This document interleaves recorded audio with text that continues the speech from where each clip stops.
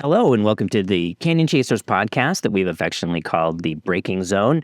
I am extremely excited about today's episode. We have two very influential riders on the podcast today. We have Nick Ienatsch, who is the lead instructor for Yamaha Champions Riding School, but he's a longtime moto journalist. He's an author. He's a national championship winning racer.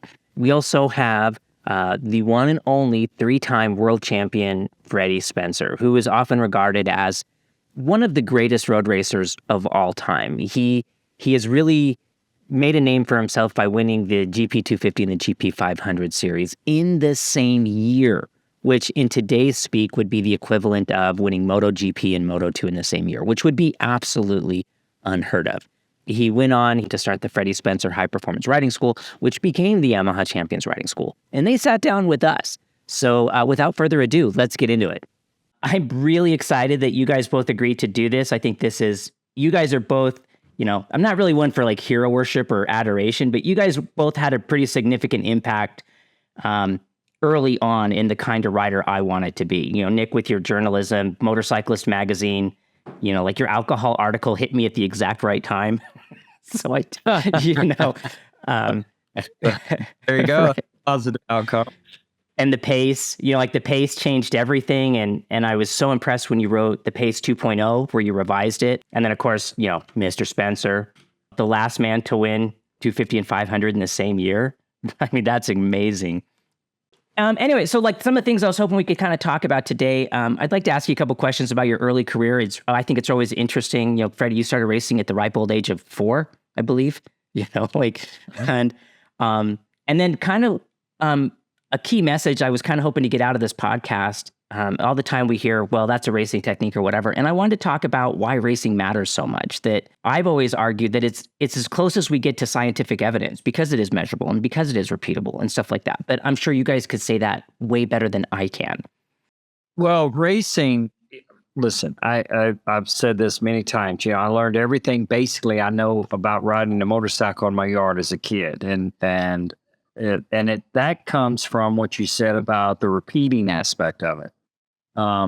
You look at anybody that's successful at something and that can do things in a consistent way comes from the dedication of practice, not just the physical aspect of practicing, but the mental aspect of it and going through the same procedure over and over.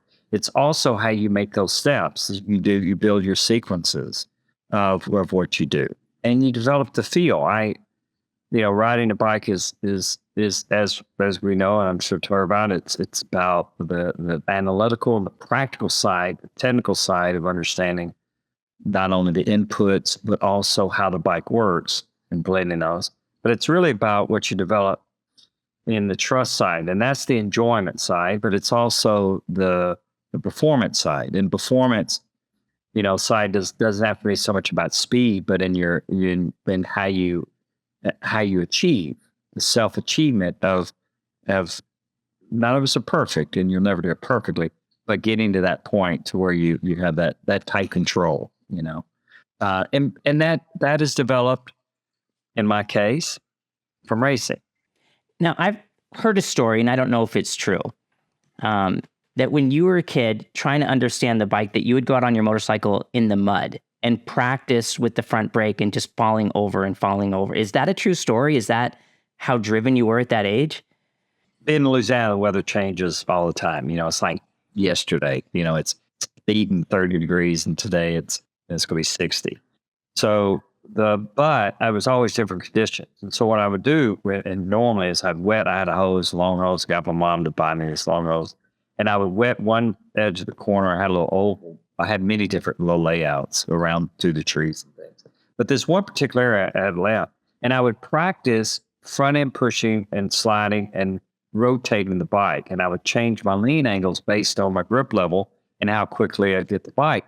And where that came from is I would watch the older guys, like Robert E. Lee and even my brother, and like Darrell Hurst and Mike Gerald and all these riders, and Guy McClure, Mike Kidd, they were all riders that raced the Rolls Downs, and I would watch them, how they rotate the bike. I watched King in 72, first time I saw him, about how he used both wheels to get the bike drifting and then slowed and picked up and changed the direction.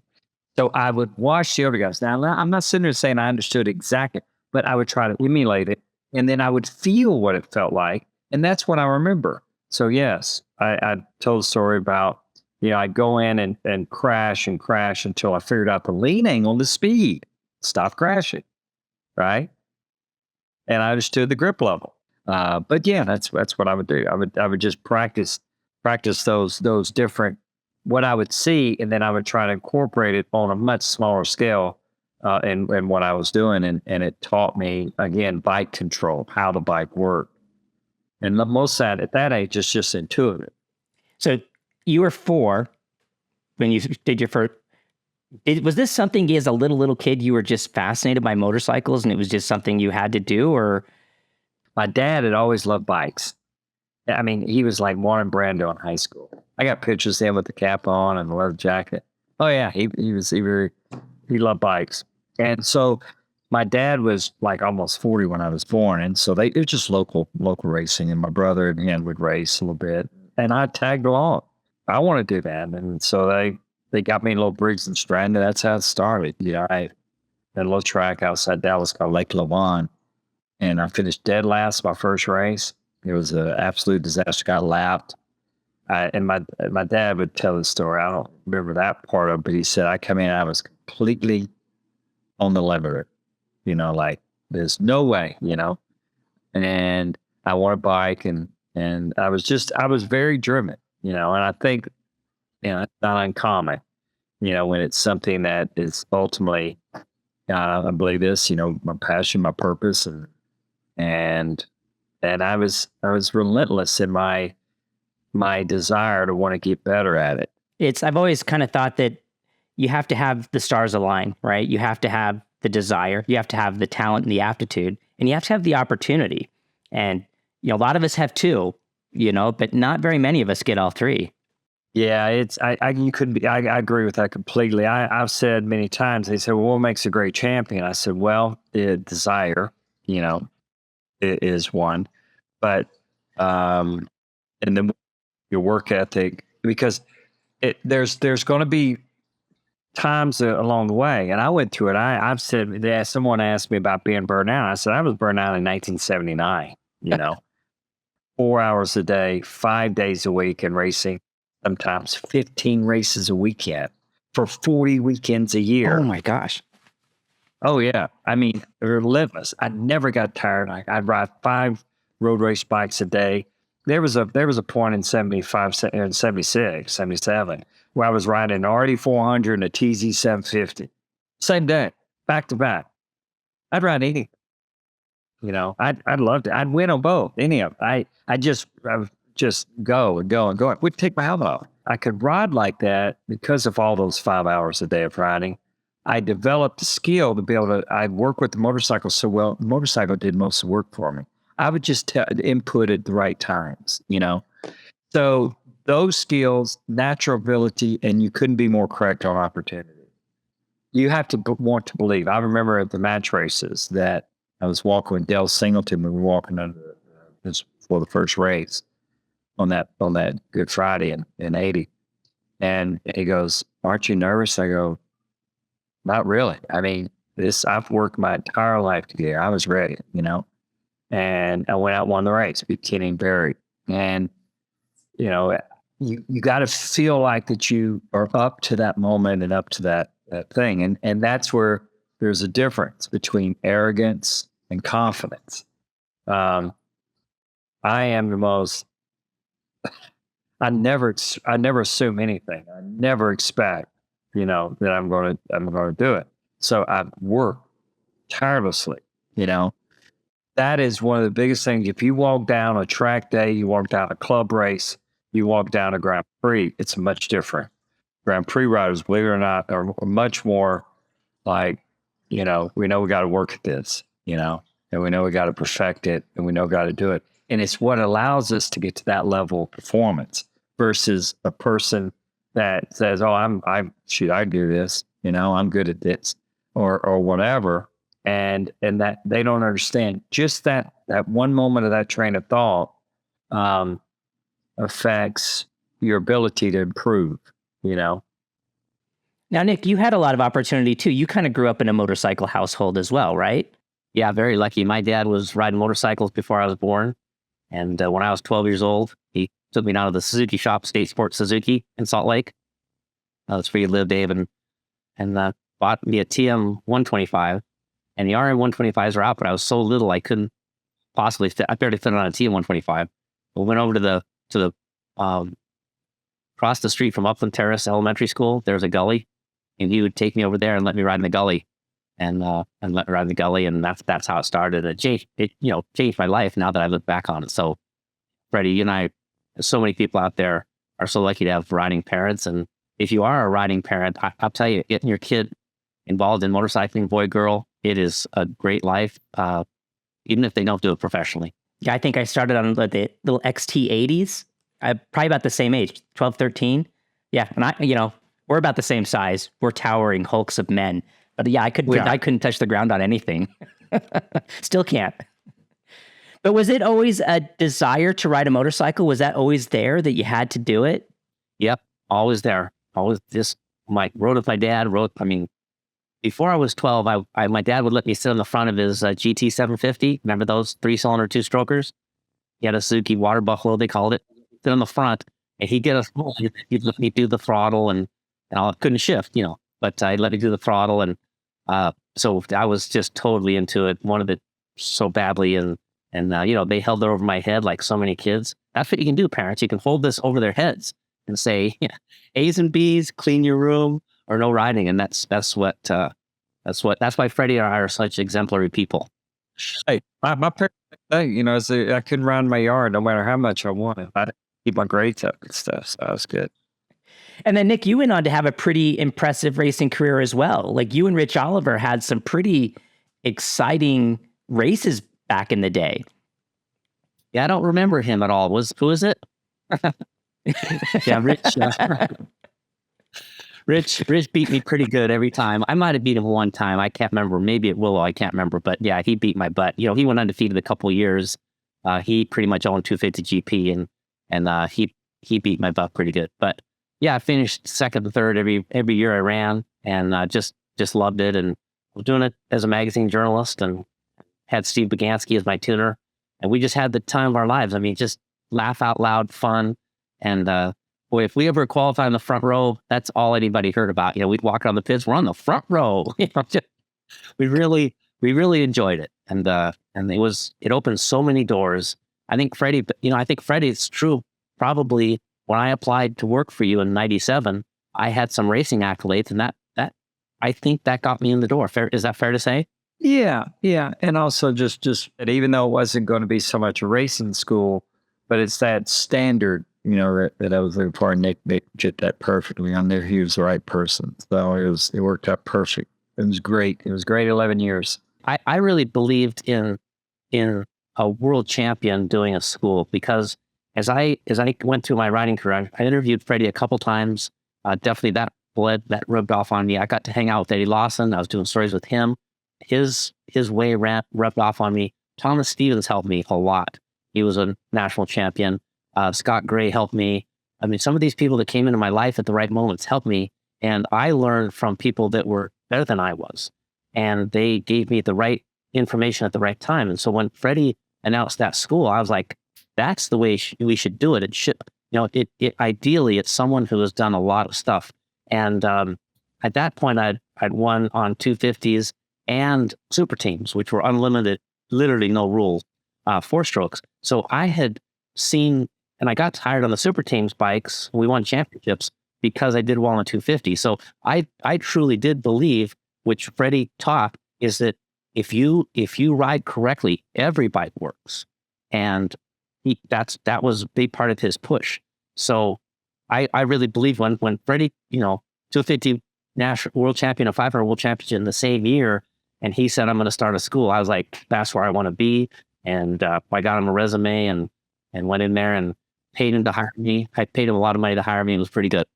No, perfect. But it's true, Nick. It is when I announced I was going to teach trail braking, it has such a stigma. But everybody said you can't teach the average rider, that's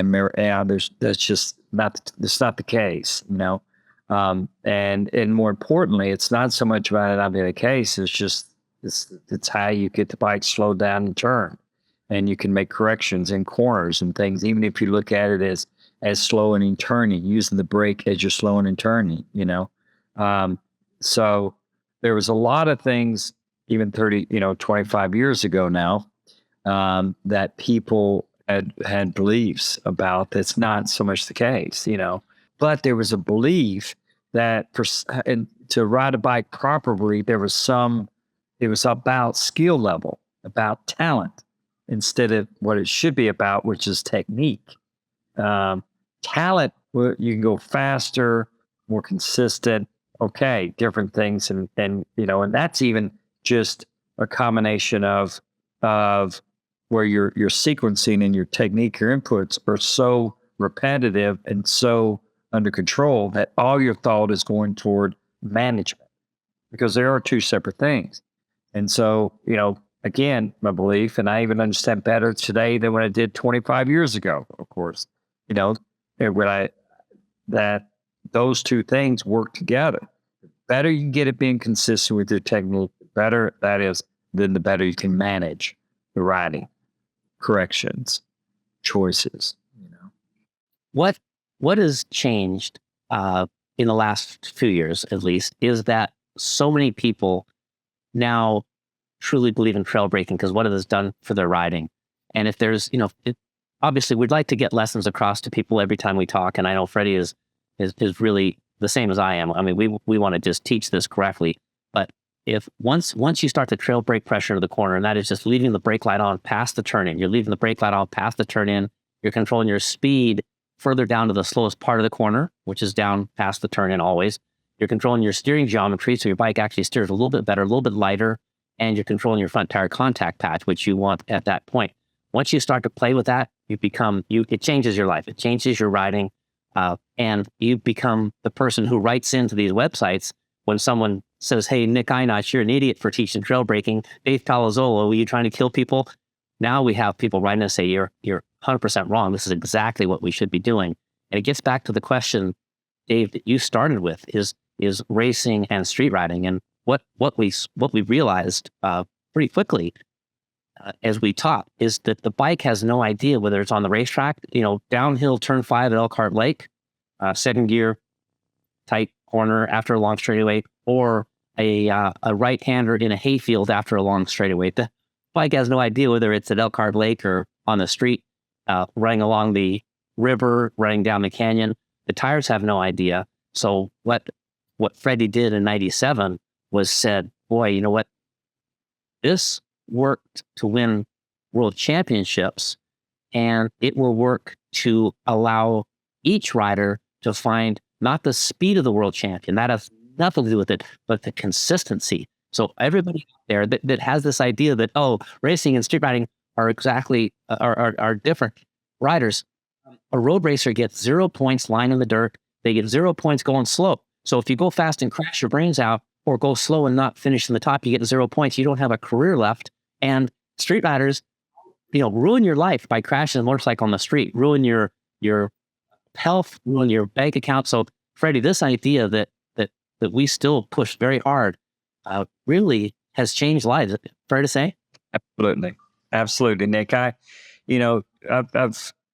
told the story about I've been approached in airports years later after stopped going to school in Vegas, and then you guys went on from there. And the biggest rewarding is when someone comes up and they said, "I did this," which is not only the trail braking but the multitasking. And again, that comes from understanding the bike, how it works, and how to properly, and how the best way or the most efficient way to get the bike to because it's a rolling inertia gyro in one direction and changing it in the shortest amount of time and in the safest way possible, in the most consistent way. But I have someone that lived in Kansas, and they come up on a combine and turned in front of him.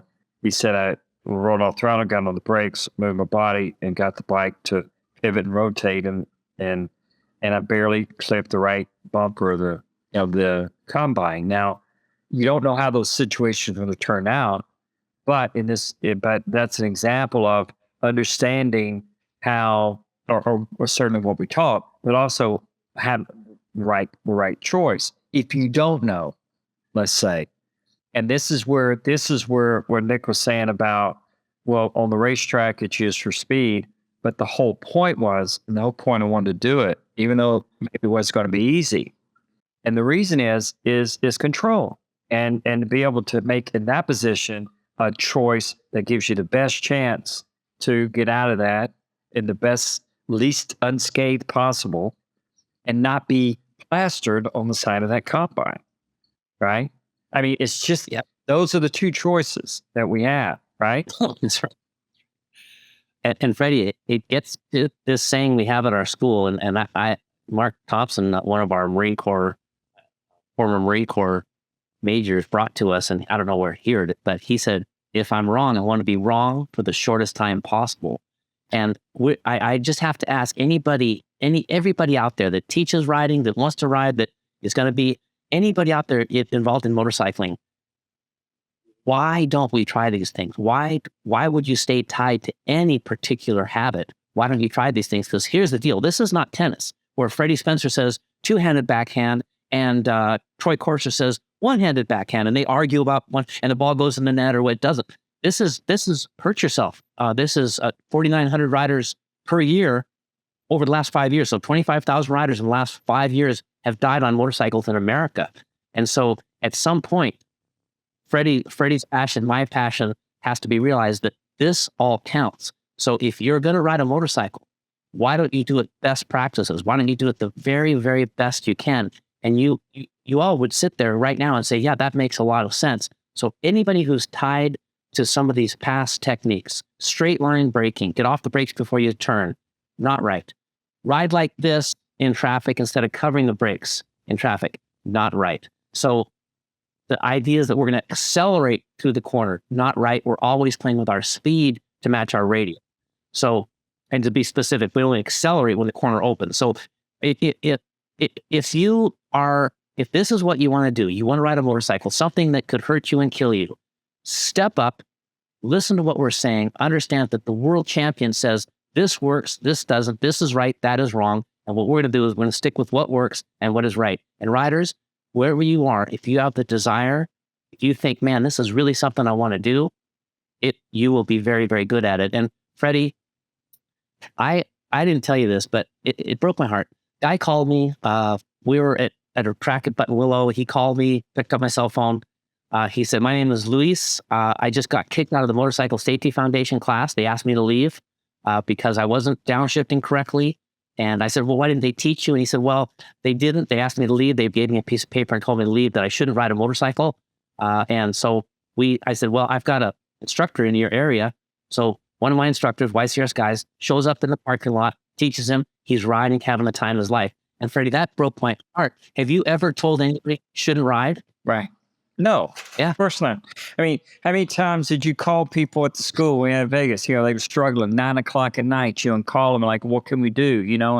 And that was always the thing.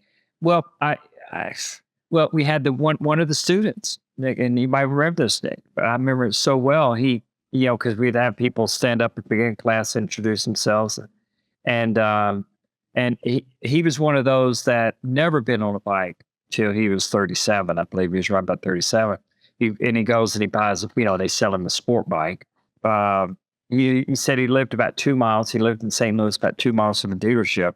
And so it took him like 35 an hour to get home. I mean, he's scared of and he gets to the garage, parks it, and he didn't really want to tell his wife. And so he said, well, how was it? And I think, oh, it was great. So it'd sit there for 3 weeks.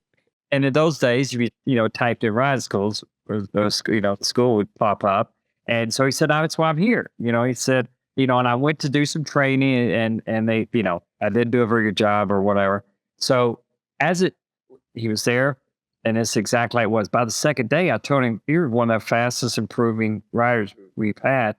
He's clean slate of paper, blank sheet of paper.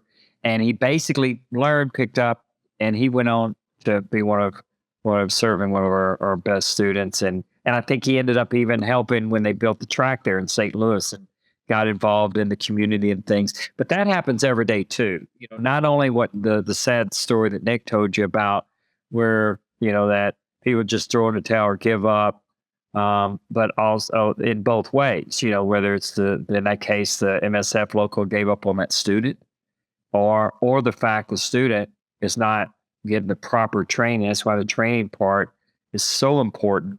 Not only, as we've been talking about, you hopefully make the right decisions when you need to and have the skills and technique to be able to do it. But also in this case, a rider that was really not sold the correct bike, and put in a position to fail, Yeah. But just didn't give up. And so everybody out there that maybe has had those experiences, as Nick was telling you, it's not, I've been doing this my whole life. The life it's given me is incredible, that I'm thankful for every single day. Right, Nick? I know you feel the same. And but don't give up, Don't let someone else determine the enjoyment you're going to have. And because if you come to the right place with the right people, they're going to support you and give you the tools and things to continue on this great sport that we share. Yep. And if you'll think about for anybody who's coaching out there who wants to coach and coaching groups, the student has shown the desire, which Freddie said is the most important thing. He or she has shown the desire by showing up. They're paying the money, they're showing up. That is proven that they want to be there. So now it is up to us to figure out a way to teach them. And our instructors and myself, we understand that very clearly. It is on us to help them. Say, we've never told a rider they shouldn't ride, even though, Freddie, you can remember we had some people that were so new and so out of their element, but we stuck with it and did that job. So I believe it's up to us to work with them and riders, the coaches that do these the 2-day schools. It's okay to tell a student at the end, say, listen, you don't quite have it yet. I don't feel comfortable putting you through, but I would like you to come back and offer them a 50% off or a free day or two to get them past that little bit. And that's what we have to do because they've shown the desire. Absolutely. And the other thing that's illegal at my school is none of my instructors can tell a student you need 10,000 hours to get proficient. That has been completely illegalized at our school, because if some student comes in and sits down and then we say, hey, you got to do this for 10,000 hours to get good, which we don't believe, right? We don't believe. So anybody who's out there who's thinking about it, we believe if you are told the right thing and you practice the right thing, the improvement is so phenomenally fast. It's unbelievable how good people get if they're practicing the right thing, because practice makes permanent. So we got to get the right thing to them. And Dave, you taught new rider schools and you don't do it anymore. You weren't happy with it. I mean, I don't want to throw stones at people. I want to say, let's lift the whole riding industry. Let's get things going. Well, and I get criticized sometimes because I think people think I'm hard on basic rider courses are critical. They're an important. These guys are out there doing the Lord's work, but there are places where I really think these basic rider courses need to be improved. I was thinking the other day that, okay, so why have these basic rider courses been saying it's okay to accelerate in a corner, but it's not okay to brake in a corner? Well, and they'll say, well, it's because the front brake can be done abruptly, right? Even a super powerful motorcycle, when you roll on the throttle, the throttle is going to be relatively gentle. Well, what's going to be changing in our sport where now the torque being applied to the rear tire may be just as abrupt as the front brake? Electric motorcycles are going to we might be on a collision course with basic rider courses if we don't start thinking about some of these more holistic approaches to how we're teaching riders. The difficult part that we want to move beyond is how to use the brake smoothly, understanding the input, and what level of each of those points of input, 1 point, 2 points, 3 point, 4 points, the effect it has. The first effect is transfer weight forward. The second effect, once we get to a certain point, is we load, weight forward, load that front suspension, compress it, solid, load the tire, solid. Now that between the tire and our hands, which is what we feel with, is contacted, right? Now we can maximize our front brake. And I was saying the other day when I was visiting with Nick and them in Vegas, someone was asking about, or asked the question to the student, do all of you have the sequence of what you do in every corner? Well, not sure. Don't think so. Okay, well, that's the problem. How do you expect then to be able to, in that moment that you need to make the decision, how can you make it safely, consistently, same way every time, and not use up time and distance? Okay, so I said I use myself example. I have 3 steps. The body, lower body's in position, next is rolling off on the brakes, clutch downshifted, all in my maximum braking zone. Obviously the first step, loading the front tire, maximum braking zone. And then the next step is feeding off the brakes, controlling my radius, controlling the direction, rotating the bike. So I'm ready for the next step. Through a blind corner, as canyon chasers, you ride through a lot of canyons, right? So you go through a lot of blind corners. Well, I have 3 choices now. I'm prepared for anything that happens next, because the first part is that sequence of events. Now, this all sounds complicated, doesn't it? It's really not.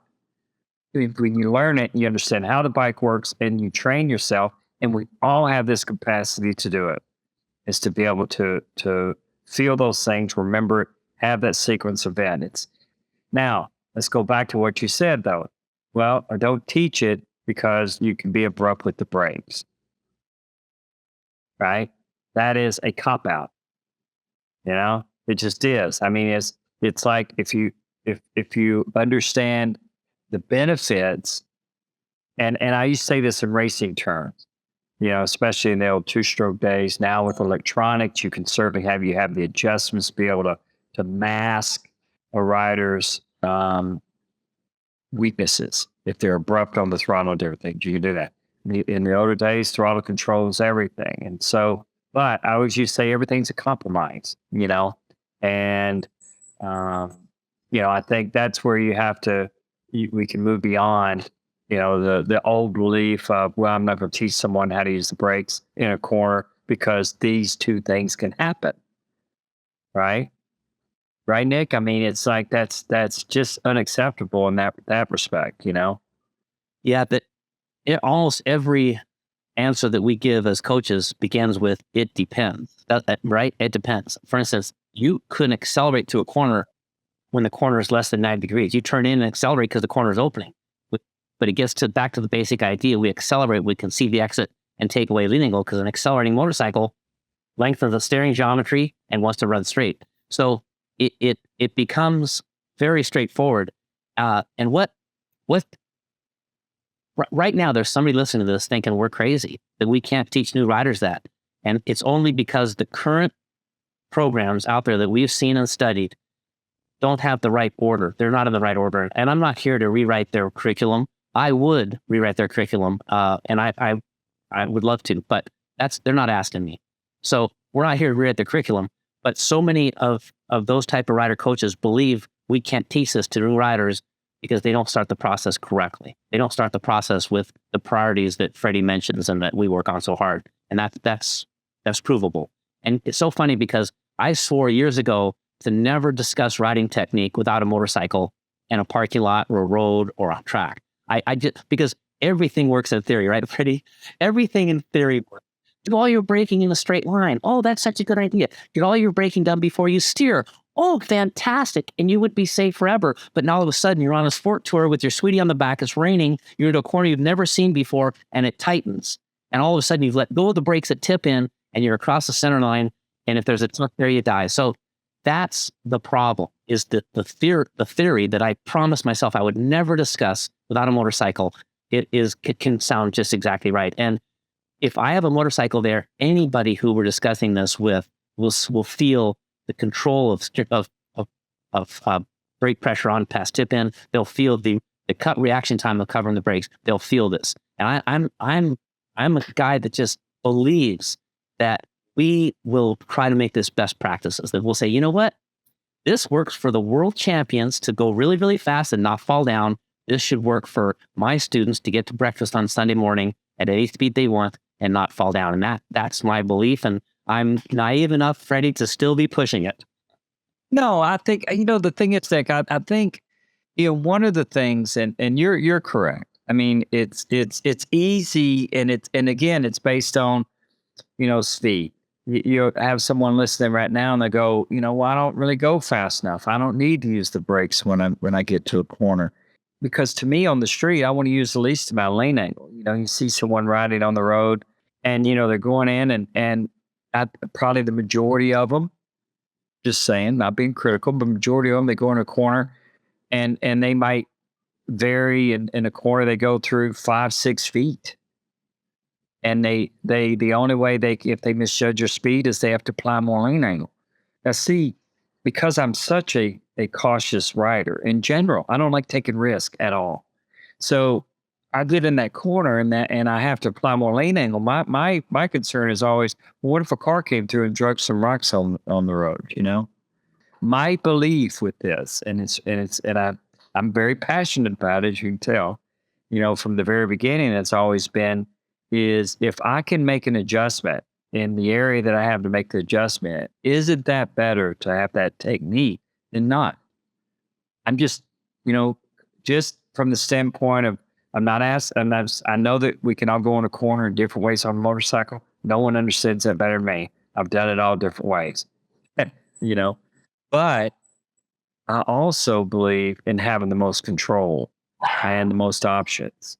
And in our case, on a motorcycle, is if I can get away with running less lane angle, and this is where racing taught me this, bike development taught me this, understanding tire technology taught me this, is that if I can have better control and better grip, I have better options if I need to make corrections.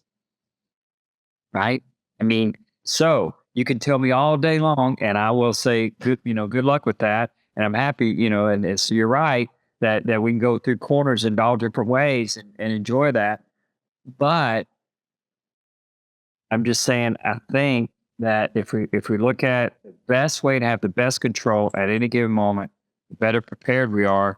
As Nick showed you, just having your fingers right, be able to make adjustments, understanding how to load the tires, and that's what we want everybody. I'm saying everybody out there is just. Yes, there are different choices, but what gives us the best control, and the best options? The number one place we're dying on a motorcycle is running wide in corners. That's a study done. Thompson did a big study with the Marine Corps. Running wide in corners. And riders, that number one fatal spot, running wide in corners or curves, corners, usually right turns, is directly tied to the mistakes taught new riders. If you're taught to straight line brake, get off the brakes before you turn in, you cannot control your bike. And that's the word Freddie uses, control your bike into the corner. And if you're taught to accelerate the bike in the corner, as you accelerate a motorcycle or any vehicle, airplane, car, boat, the radius opens. And in this case, the radius opens at the same lean angle. So you're at the same lean angle, but you're accelerating, your radius opens.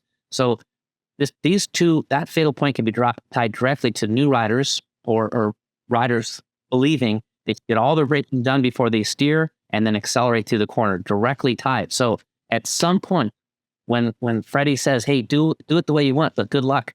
The problem is, this is my whole life. I met my wife at a racetrack. All my friends are road racers. A road racer hired me back in '97. This is my whole life. So I'm pissed off. I'm pissed off about what's being taught. And I'm going to do my very, very best to change it because it hurts me. Absolutely. And Nick, listen, anybody who says about, well, because you said it, you just said it. Most crashes, of course, they happen in corners. It's where people get hurt. Hey, guess what? Street, racetrack, exactly the same. Is it? Yeah. It's well, of course, it's exactly the same. It's our ability to be able to make those corrections. And again, I use the word not depending on lean angle because most grip here, least amount of grip here. And everything in between is a variable. And that variable in between is based on, guess what? Main two things. How much brake pressure we use, how much aggression we use to try to turn it, the radius, and power. Everything in here is affected by that, And so, understanding how to do it. And you said it yourself, about putting the bike in a position to where we're asking it to do something that it really wasn't designed to do in that moment. Right? I mean, what Nick was saying about, you get in the corner and now your only approach is on the brakes, off the brakes. Now you're asking yourself to judge the distance. And Nick knows I used to use in the classroom as an example is coming up to every stop sign, getting on the brakes, off the brakes, 20 feet, 30 feet, 15 feet before. How can you judge that? Can't. Right? So you that's run wide. why, of course, or add more lean angle to compensate for it. And now you're getting on the throttle, taking weight off the front. You got a more lean angle. The front of the bike is still wanting to turn. Now you're driving it with the rear wheel. And then you wonder, why on the road, the guy crashes, going through a corner, under throttle, on an exit, adding lean angle, and, tire sucks. Yeah. Okay, maybe. But wait a minute, the bike is actually maybe in a position to where, you really taking the weight off the front, driving the rear. That probably had something to do with it, The corner better be opening up if that's your style. You said we've been discussing this for 25 years. That's funny. My friend Ken Hill and I were at a track day and we were talking about it. We said, this is not getting better. Track days are not getting safer. Yet we have all the nannies, traction control, wheelie control, yaw control, spin control, AVS, power modes. We got all these things, but we just aren't, the onboard engineer is not doing the right job. And so there was just a track day that I heard about, had 3 life flights. It had 3 helicopters flying out of it. People say I quit going to track days because there's a red flag almost every session. I lose my sessions. I'm wasting my money.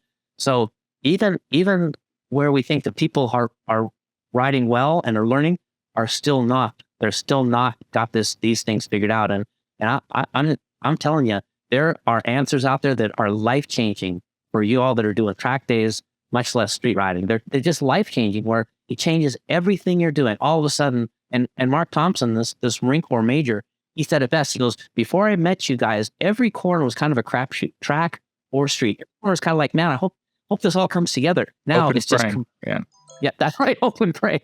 Now he says, now it's complete control. Every corner is complete control on roads I've never seen before. And that's, so I'm not pitching my school.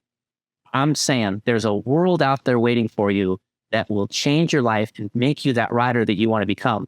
And Freddie, that was truly your push in '97. You held nothing back. You said, this is how I did it. You gave everybody keys to the kingdom. And that's why your school killed it. And now YCRS is killing it, because we say, this is how it works. I want to say something about what you're saying about track days. I haven't been to one. I don't, but this is what I imagine is electronics. And I said this, I wrote Mick Doohan and I wrote the very first of the RCVs. We introduced them in '01 at Motif. And the coolest part was, because I loved, obviously, Nick, we all love two-strokes, and I grew up racing, Grand Prix bikes on two-stroke. But to hear that thing in the garage fired up was pretty good. It was pretty amazing. It was pretty good. Yeah, it was pretty good. So rode out on the track right away, and the whole paddock was still there because it was at the end of practice on Friday, because no one had seen the bike front. And so we went out and there's a video, it's on YouTube, I think, of where I'm leading Mick coming on the fresh straightaway, and the rear bike breaks traction and corrects itself. The electronics, the very first ones, were reactive, not proactive. It reacted to it. And I remember I wouldn't really accelerate that hard anyway, so I didn't really get out of the throttle, so it actually kicked in and worked. So anyway, I stopped, and I remember the journalists were asking, we're up to electronics and things. And what I said right away was, I said, well, racing, we're taught, and granted, this is, a long time ago now, and we hadn't experienced electronics yet. But I said, we teach ourselves, we have to learn throttle control, brake control, clutch control. And I said, this is going to be great for the average rider, electronics, because it will mask so many issues. The problem with that is now I can only imagine, that's track days, they get away with so much until they can't. And now the speeds are so much higher because the bikes are allowing them to go faster because it doesn't give that feedback of danger, danger, danger, because they're so good, which is great. And they're so forgiving in so many ways, but they've never learned how a bike works. So now they're crashing at a lot higher speeds, getting hurt, maybe. I'm not saying, but I couldn't imagine what it would be like. And so just say it out there that no matter what, the bike gives you, and it's great. It's like I always say about setup, buying parts, skin suspension, getting all these things. Learn how the bike works first, and then utilize the things that make the bike easier to ride, and your riding experience will be even greater, right? Absolutely. But don't depend on it because it is great until it's not. And then you go, what happened?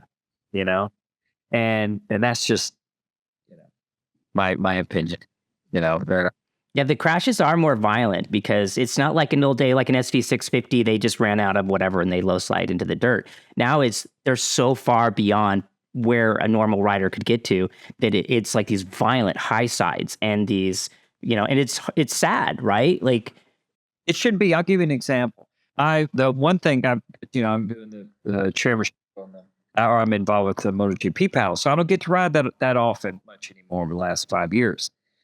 But I have done a couple of product launches on the Fireblade, and I've ridden 7-8 days each time, which was great. And the modern bikes with electronics, it allows someone, like I said, I'm 61 now. This was a couple years ago, and I was riding with Bautista and Leon. And so I could hang with them a little bit because the bike helped me. I mean, that's just the truth. The bike allowed me to be able to, not weaknesses, but just a little bit easier. Beautiful, right? I thought that was great. It was great. Now, what if, though, I didn't have the techniques and understanding of the bike? I could have got myself in trouble a lot quicker. Just the truth, because I understand, and that's why it's so important. Even if you don't realize that you need, I promise you do, that it will help you to be able to avoid some of those things, because the bikes are so forgiving today. Again, like I said, they will suck riders in, put them in positions they're not ready for. Yeah, and I'm big on specifics because people tune into these to certainly look at our pretty faces. I know that's a big thing of it, but to hear these things, and for those of us that do track days on big fast bikes, I have a big fast motorcycle. If you will get this very clearly in your mind, more speed, more brakes. The faster you go, the earlier you must brake. And that means earlier brake pressure, a little more brake pressure, use them a little further down in the corner, because the corner will not magically open for us. It stays the same for us. So as we go faster toward the corner, we have to brake earlier than the lap before as we went slower or on a slower bike. And if you'll get that in your brain, and Freddie, what really, we have 5 reasons, we have 7 reasons we crash at the motorcycle, at the school. And I believe we're getting to almost the priority now is rushing corner entry, because we can't be saved at corner entry by electronics. We have to do that ourselves. So when we save corner entry riders, you are not on the curb at the apex. You are somewhere wide of the curb at the apex. And that should be a red light alarm bell going off in your mind saying you're going to have a problem pretty soon, because you have to hold lean angle off the corner because you don't have to point it yet. So Freddie, this idea, and I think that it was, I know that I never talked to you about it, but it must have been a huge part of transferring from the 250 to the 500, is that the 500 has to brake earlier. And I think this is getting these people in trouble. They buy these fast motorcycles and they think I'm going to brake later and later. Right. Exactly. And because of the fact of braking earlier, smoother, the higher speed, the more the grip is affected by the friction and the load and the speed that you're trying to compensate for. The tire, the higher corner speed you have, the more lane angle you have, the more the grip is affected by that friction and speed. So every input has to be smoother, more delicate, and the transition to throttle is the same.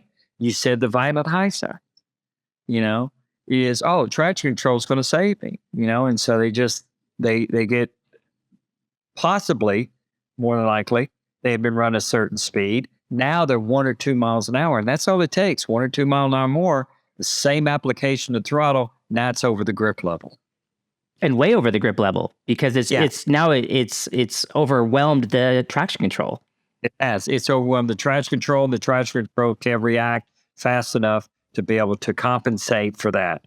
And so, one is so you understand the relationship with the bike. But that, to where when you get in a situation, you don't overwhelm the traction control. You don't not so dependent on it that you become, lazy in many respects on how you apply the throttle. Yeah, if you think about it, riders out there, you are doing something that was beyond the imagination of the engineer.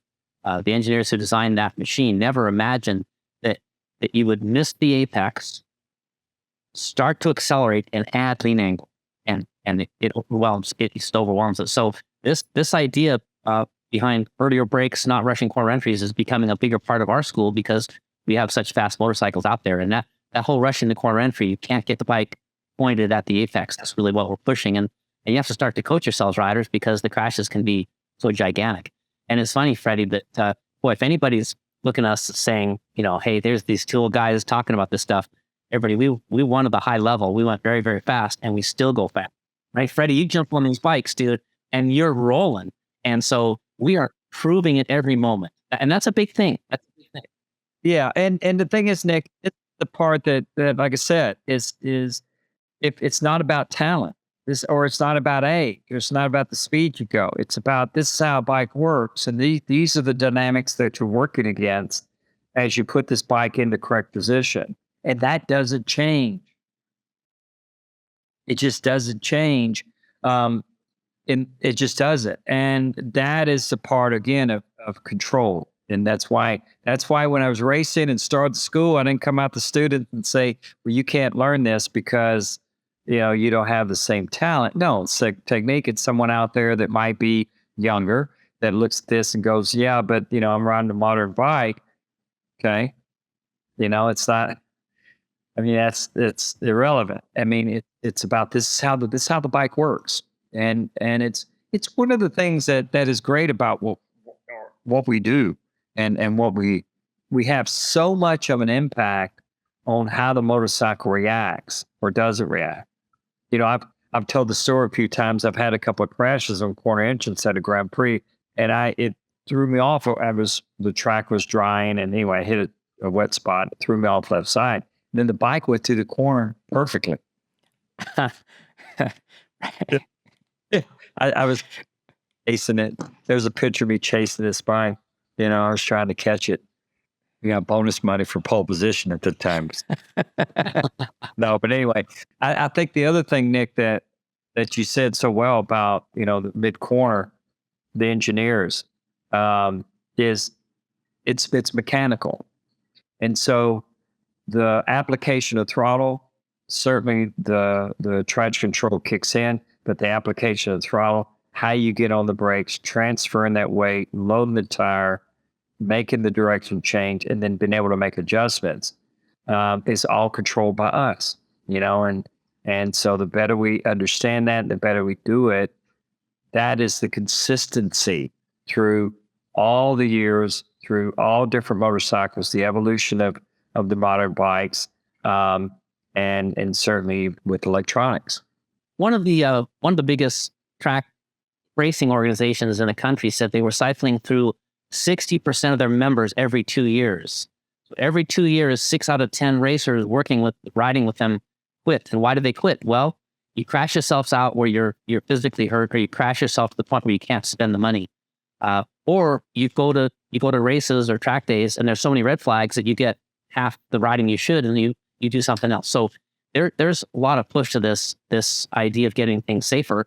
And there's 2 ways to get safer. One is to slow down and ride around at 30%, and that's not our personality. You'll lose interest. You'll just have your bike parked in the garage. The other way is to get truly after these things. And anybody who's had a crash, and Freddie, we are often the last choice for someone who's had a crash. You're like, okay, I keep falling down. When I try to go faster, I fall down. I'm going to go to this school and see what happens. I encourage you, if you've had a crash, to get after this stuff. Study the things that Dave's putting out, certainly that Freddie and I are doing, study this stuff, and you'll start to see some very clear problems that you're having, and you'll start to see it. It's explainable. There are reasons things go right and wrong. And I'm telling you, it's not easy. It's one of the toughest things that we'll ever do in our lives, and that's why it's so enthralling. I just cannot wait to ride again. It's so fun, but it is very straightforward. And that's my encouragement to anybody who's thinking about, I'm going to back away from it. Yeah, when I first discovered it, it was just a profound change. You just don't run wide in corners anymore. And hey, now one of your instructors, he came up to me and he's like, it sounds silly, but it's like discovering the right religion. You're like, oh, everything now feels good. Everything now is a peaceful. There's no drama. Like the excitement comes from the precision and the. Like that's so much better than this, like always on the, I hope I make it. I hope I set my entrance speed correctly. I hope I'm leaning far enough. I hope there's enough grip. Now it's this, I know what's going on. And there's just so much joy in that. Right. Well, I was just going to say, and you said it, is not afraid. Because that comfort level that you're talking about is because the fear where you're almost afraid of being wrong. You're afraid of change. You're afraid of because you really maybe don't know what to do. And so you're riding, and it's one of the reasons why that they cycle through so many is you get out there, they scare themselves, or they don't really, and they want to do it and they want to get better at it, but the joy never really comes. And the joy never really comes because they're not in control, and every corner is an open prey, or, and they hit a brick wall. That's the other thing that happens. The people, especially do track days, is they improve, then they either crash a lot or get hurt, or they hit a brick wall. 3 things in a corner. Corner entrance, mid-corner is everything because it sets up the exit, which is if you want to gain time on a racetrack, on a track day and get better and beat 90% of the people you race against at that track day, is get better at corner exit. Well, that can only happen if you do the first 2 things correctly, which is get in at the best speed, right? But also that transition of application lane angle direction change. Well, that has to happen in a certain amount of time. The faster you go, the less time you have. So if you go in, on the brakes, off the brakes, lean in, go to the throttle, I think you're kind of limited on how quickly the brake's going to change direction. Because then what happens, as Nick told you, you're going to drift away from the apex, and now you're going to have more lean angle on the exit, and that's going to limit your ability to accelerate. Because now you've narrowed the track up, in this case, as we're talking about, right? At track days or racing conditions. So, I mean, it's if for no other all the reasons we've talked about, but if you want to do track days, you want to be consistent, take the least amount of risk and have that control, then you got to improve in these particular areas, which is a good training place, a good school. That's what they teach you. Not just, hope to lean in it and go to the throttle. So, and again, bring it back to the street. Bring back the street and misjudge that first part. The faster you're going, the less time you have. Everything is time and distance. So, and even as a cruiser rider, you're going into a corner, whatever the example you use, Nick, with your girlfriend or your sweetie or significant other on the back, you think, well, I don't ride at the limit. I don't like to go fast. I don't enjoy the speed thing. But you end up in a corner that tightens back up, or there's water running across the road, right? Now you're at the limit, and how about we learn the skills that you don't end up in those situations? Right. So that's why, exactly. But that's why going back to they work hand in hand, the fear and then making the right decision. Because that rider that you just described that goes in there with his girlfriend on the back is responsible for himself, her first, because she's on the back with you. If their approach has always been, well, I don't go fast. I don't race. I don't feel comfortable using the brakes. What are you going to do when you get to that water? What are you going to do if there's gravel, car coming the other direction, if you're right in corn? I mean, what are you going to do? Hope. Yeah, but I mean, so how in the world could you ever feel confident and not a little bit afraid, right? And just hope it's not your time, right? How can you ever not be a little bit scared?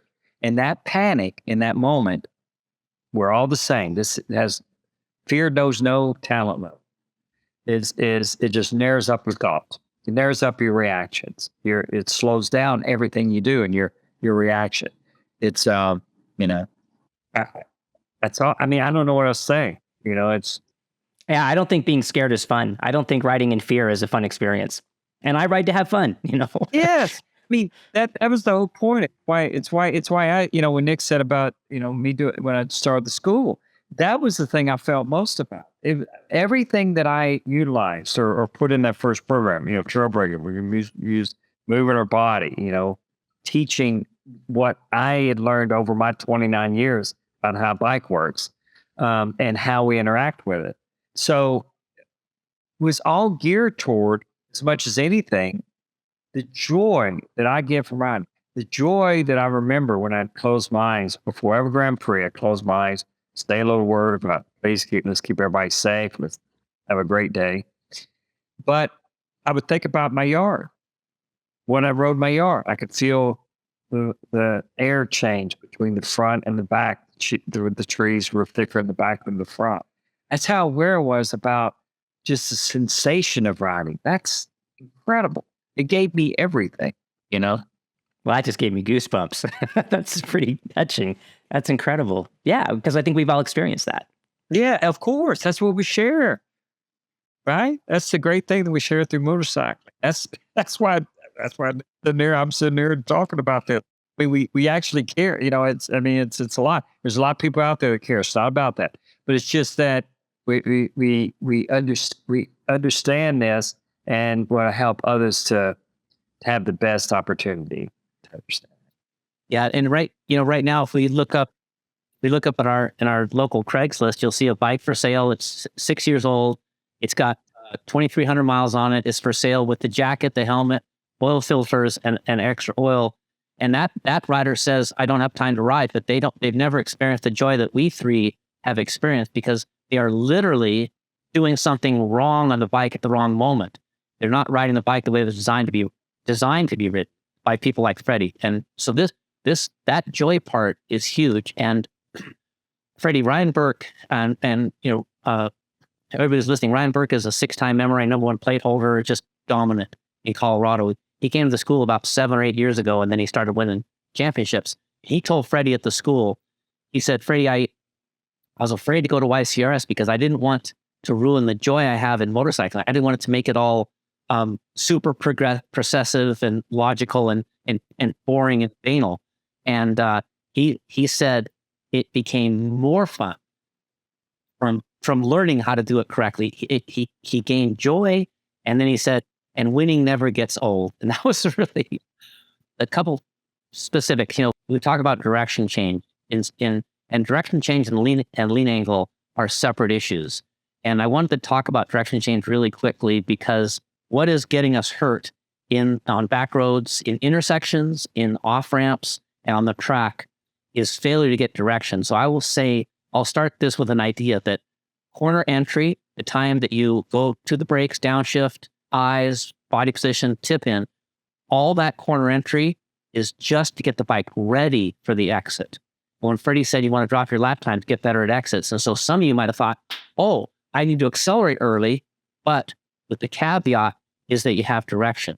So I wanted everybody to get that idea that corner entries get the bike ready to exit. And if you miss your apex, the inside edge of the curbing, if you can't get there, you're rushing. You need to fix that somehow. Go to the brakes earlier, build more pressure, use them further, get the bike to here, because now you are pointed and have direction. And I want to just throw it to Freddie, was saying that if you really understand this concept of radius equals miles per hour at the same lean angle, whatever lean angle you're comfortable with, whatever, gravel, rain, whatever lean angle you choose, how you affect your speed will affect your cornering radius. So if you're wide of the apex on the racetrack, and certainly if you're wide of where you want the bike to be on the street, your mile an hour needs to be controlled better coming in at your lean angle. Radius is mile an hour. So Freddie, direction versus lean angle to you was huge, is huge, and we want to make it bigger in people's minds.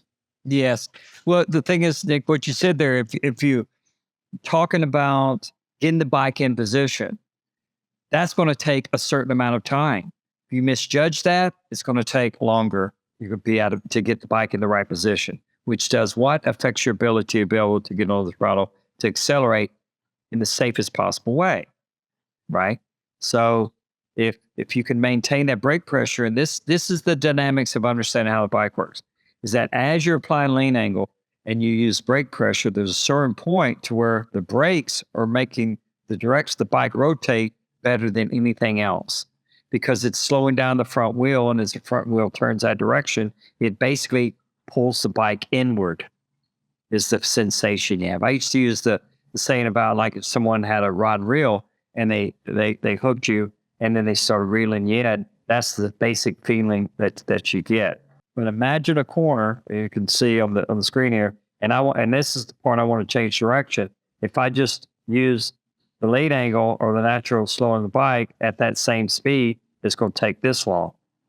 That would be the difference. If a rider and I were on the same line at that same point, that when Nick puts up and talks about the distance between at the apex, the closest point, he's going to be out here, I'm going to be here. And more than likely, if we're moving this way, he's going to have the bike pointed this way. Mine's going to be turned this way, and it's going to be closer. So who can now pick up the throttle and take away the lean angle? Me. And I can get on the throttle sooner, safer, and have more room then on the exit. The track's wider, that I can pick up an exit to. And it's consistent, right?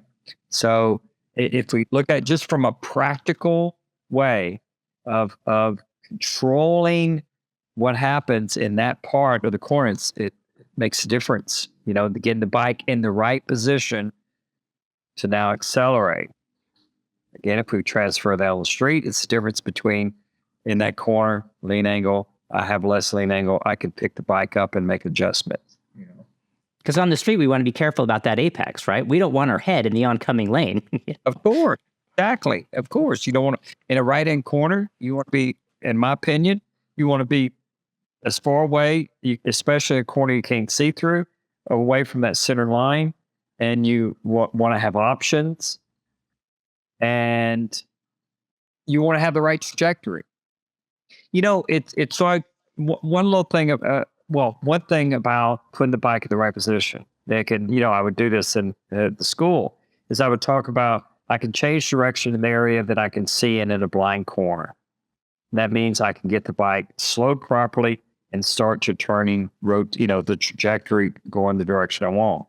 Why is that important? Most riders that don't know how to use the brakes properly in a corner they can't see through fade in. If they have the correct speed, okay, they'll be fine. But imagine if they don't, and this is the center line, and this is the trajectory. My trajectory would be this way, which would be parallel away from that center line to be able to make corrections. They're going toward it. Now they misjudge your speed. That's why they go across the center line. It's not only that they can't control the bike's speed, they're out of control or being able to do it, but they've also put themselves in a position to where they make it much more difficult.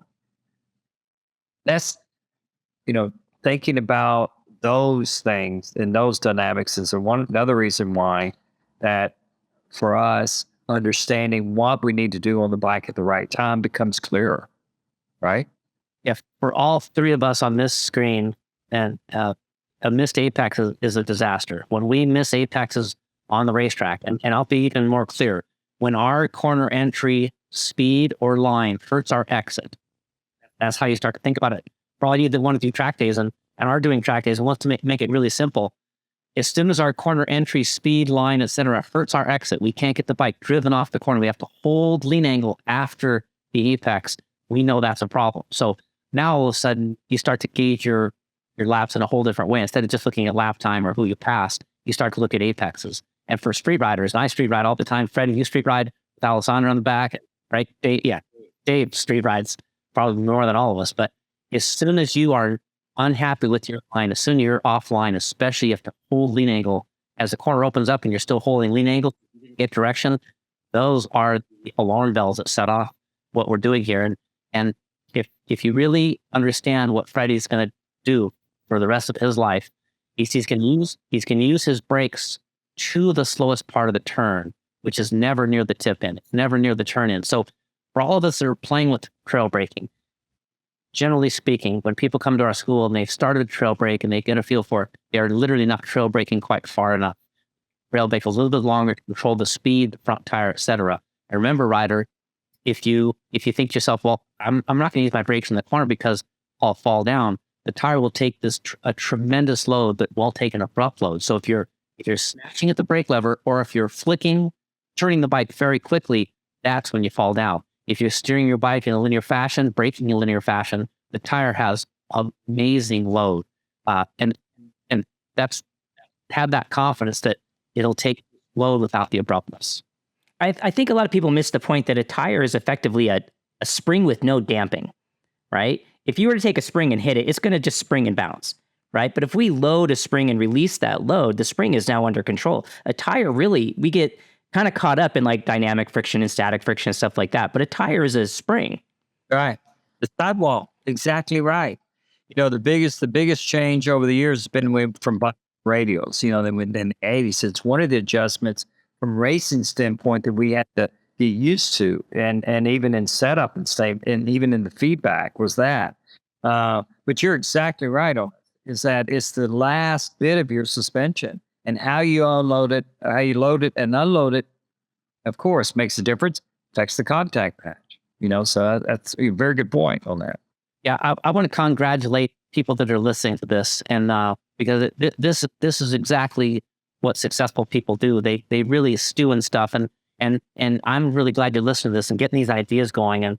And Dave, I want to also congratulate you, because you did push to learn things yourself and pass them on, and you continue to evolve as a rider and as a person who's teaching riders through your videos, and Dave, a lot of people are still stuck in what they learned 20 years ago, and you keep tweaking it. And has it made your life better as a rider? Oh yeah. Well, to quote our Marine Corps friend, I want to be wrong for the least amount of time as possible. And I've been wrong about a lot of things, and I will continue to be wrong about things. But I think the difference is to always be hungry. Like I don't like being wrong. We're always looking uphill, right? We always want to be better, I hope, right? And so like if I get entrenched in tradition, when I was in the military, they made you take these tests, like personality tests. And mine came through as a criticism. It said, is unimpressed with tradition, because I didn't really like these. Like, we do this because this is how we've always done it. And I think that's kind of carried through. I am unimpressed with tradition. I don't care about historic use or historic whatever. What do we know now? We have all these, bike analytics and data acquisition and computer modeling. We know more now. We do. Of course. Absolutely. And the thing is, it confirms, it's one of the things when we first got that's data acquisition on the American Honda team, the Sub Bike team here is 20 years ago. And a lot of riders were under the impression that in mid-corner of the bike, the tire was overloaded. And that's why I was tucking, because it was losing grip. The reality was especially if they weren't utilizing the brakes very well, so that they used the brakes to continue the load on the front to the point to where the tire needed the maximum grip. And then once you make that transition to brake and throttle, from brake to throttle, the front tire had the best chance to have the most grip. And then in turn, you had less front end tucks, right? They really believe it. Well, with data acquisition, we could show it. For example, for listeners out there, and when they went to 100 extended forks, 125 millimeters travel, they could be that on the brakes on the bottom of the load, and then release the brakes and get to maximum lane angle as quickly as possible. It would unload to 90 before it ever even got to maximum lane angle. Before the rider could get it to its side as quick as a professional rider could, it would be absolutely pretty much unloaded. So, that putting that tire, if we think about it in that way, putting that tire in that condition, the data, the modern technology just confirmed some of the things that people thought, and then maybe that why it worked to do it this way, are what help to put the bike in the best position, give yourself the most control. So I love it. That's why I love modern technology and things. And there's certain characteristics that just, no matter electronics, no matter what, work the same. Load, grip, application, abruptness, affecting what hasn't changed, which is our contact patch. Right. And I hope readers, the listeners are seeing that there are explainable data-backed reasons that we do these things. So the rider that gets on the brakes, off the brakes, and steers, unloads and has to reload under cornering load. And Freddie, myself, Dave, we're asking you to skip that unload and reload by trail braking. Keep that front brake load on and give away brake pressure load as you add lean angle load, and that's called trail braking.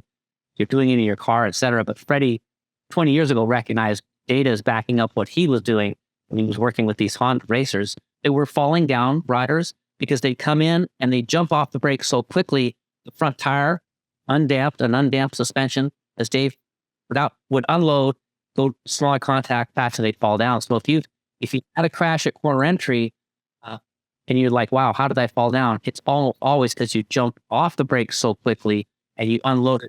You didn't damp the rebound of that tire by letting go of the brakes over a longer period of time, slower.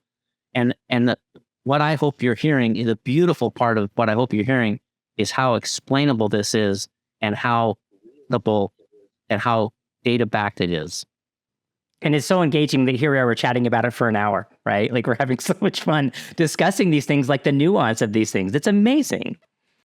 Yes, it is. And I for me, that's always been the part I love most about riding is, and once I learned how to ride, and granted, once I realized all the things that I could impact, that's where, again, and that's where we are trying to, to really get that message across, that the sensation that you feel when you go out and ride, that joy of the freedom of just, and not worrying about what you're doing or why you're doing it, is great until you need to make another choice. But I promise you that once you understand truly how to control the bike and you work with it, the joy will be even greater. Trust me, that comfort level, as you said, what you really, one of the things, Dave, right, that you got that moment where it's like this, my comfort level increased, and it's like it opened up this whole new area of the sensation and joy of riding. Because the fear and the lack of that part that was always there, that was limiting, kind of gets pushed aside. And that's probably the hardest part for someone that's just listening to really comprehend, maybe, but that will come. Open up yourself to a whole nother level of experience is what it is, and that's the part that has kept me interested in riding. I can get on a bike today where there's classic bikes, or I ride modern bikes, fire blades, and I love it. And that's the other thing for all you older riders of all generations out there, is you never understand, you never stop learning. It's how we keep ourselves sharp and on top of things. And shoot, I'm ready to go today. Yeah. Yeah, I love seeing like your eyes just start to twinkle when you start talking about, oh, that bike was so much fun. And I got to ride for 13 days. It was amazing. I could ride all day, ride all day. Yeah. There is a strong message for anybody of any age. And it's the spirit of youth. It's the spirit of wanting to do something. Some of you sitting there are wanting to ride a motorcycle forever and for different reasons, family, money, whatever else, and you're in a position to do it. I don't believe it's time in the sport. I believe it's proper technique in the sport. So I would encourage anybody who has this desire. We have people of all ages show up, of all experience levels, but they have that desire. So I encourage that. And the second thing is, excuse me, if I could speak to all the coaches and all the fast riders at track days, all the veteran riders at track days, and all the coaches and anybody who's a veteran, you need to become, you need to proselytize for the sport. You need to become a mentor. You need to say hello to the person who pulls in and they're going to take their new riders class. You need to say hello to them and go help them unload and welcome them, because there is a certain snottiness or looking down your nose at new riders, yet they have to be there for track days to grow. They have to be there for racing clubs to grow. I encourage everybody who is veteran and believes like we do and believes in the sport to become that person that walks up and joins people and helps people and gives them the thumbs up if you see them on the track and gives them a coaching tip that will help them. I really encourage that because you will bring them up to a fold. You make a new friend, and you will increase everything. And I'm asking all veterans to do that. Yeah, that's a very good point, Nick. And like I said, you don't talk at them, you talk to them. And we're motorcyclists first, and your only purpose is going to help them. And because always remember, everyone out there, anybody who's listening to this, is they're afraid. They're showing up wanting to learn, but they're basically, there because they're struggling and they're afraid and it's difficult. And so if you come in with that attitude, you make them feel comfortable, then they can learn. Okay, so as we wrap up, I know you guys are busy. You have things to do and places to go. I just really wanted to really thank you guys for spending the time to sit down, talk with us, share your insight into the world of racing and all these riding techniques. It's not often, I think, that some people of your level are so generous with that kind of information. For all you listening at home, if you're inspired to learn more about this stuff, I encourage you to check out the Yamaha Champ School online program, Champ U. They have 2 programs now, the Champ U Core, which has been around for about a year and a half, and they've just launched a brand new Champ U new rider program that is specifically designed for the brand new rider at the very beginning of their riding career, and it gives them techniques and concepts that the best riders in the world use to ride safely and confidently. And you can get a nice little discount when you sign up if you use coupon code FOCUS, FOCUS, FOCUS. Again, thanks so much for tuning in, and we'll see you next time on The Braking Zone.